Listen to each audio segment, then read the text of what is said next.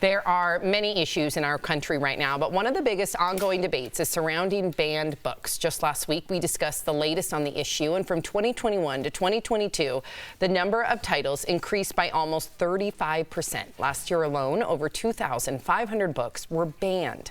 Joining us now is the author of the 9th most banned book of 2022. So please welcome to the show, author Ashley Pérez. Woo! Thank you. Hi, thank you so much for having me. Thank you so much for being here, Ashley. So let's jump right in. You're the author of Out of the Darkness, which was one of the top 10 banned books of 2022. What is this book about, and what inspired you to write this book? Thank you.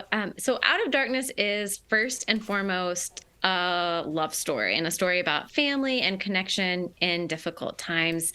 It's a historical novel, so it takes place in 1937 in New London, Texas, which is where the New London school explosion killed nearly 300 people, most of them kids.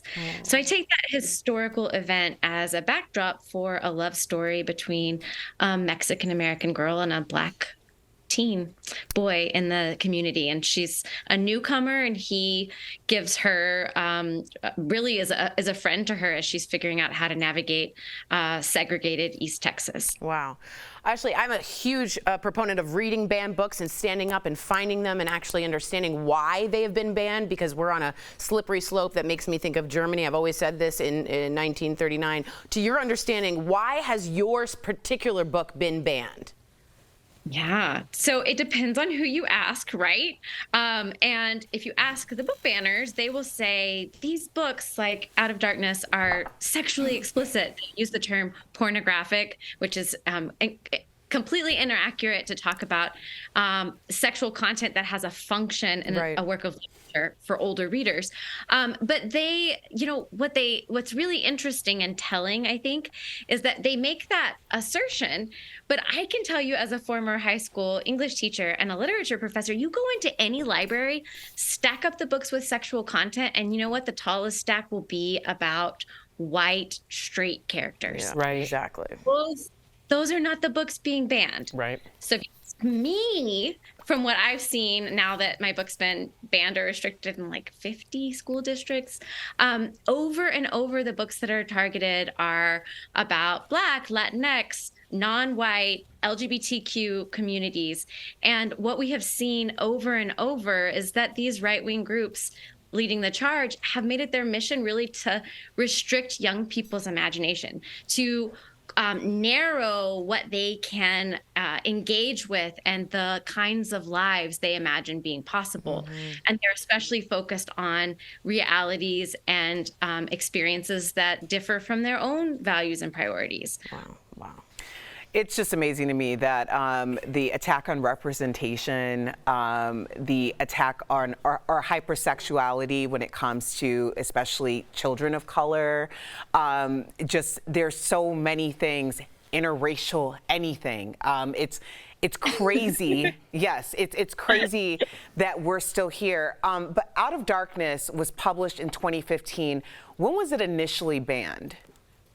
2021. So we're talking about half a decade that it was happily on school library shelves. Really helps you see that this is not about spontaneous parental concern. In many cases, the parents who are saying that they are worried about this have had students who've gone through high school with my book on the shelf. And only now, when folks in right-wing groups are saying, Moms for Liberty is saying, ban this book, only now do they have a problem. Right. Well, safety in numbers works in mysterious ways. Talk us through what happened when you found out, and how did you feel about it? What did you actually do? Yeah, well, I first heard of the first ban way back in 2021. And I mean, I don't know what's worse, the first one or the 50th one, but it's incredibly painful and personal to me because I became a writer for young adults because the readers I cared most about, my students, could not find the books that represented their experiences, spoke of their histories in ways that resonated with them. And the number one message I heard from my students was they didn't want sugar-coated things. They books were often hard Right. and painful in certain ways, and they wanted books that honored and respected those realities. So I've been writing the books that my students wanted to read. The thought of another English teacher walking her class or their class into a library, and those books that writers like me have worked so hard to get on the shelves, they're missing. There's not the book to hand to your young trans student that makes them feel seen and valued. There's not the book about a family that's structured in a different way that lets that student imagine what's possible. It's really personal to me when I think about especially students who rely on school libraries, who don't have a credit card to order books online, who can't just hop over to the public library because it might be 15 miles away if you're in a rural community. Wow. Or shut Ashley, down now. Thank you. DBL Nation, you can find more about the lawsuit and join the fight by scanning the QR code below. You can also find out more about Ashley and her book, Out of Darkness, at ashleyperez.com. Ashley, thank you so much for joining us, and Thank you. best of luck. Thank you, Ashley.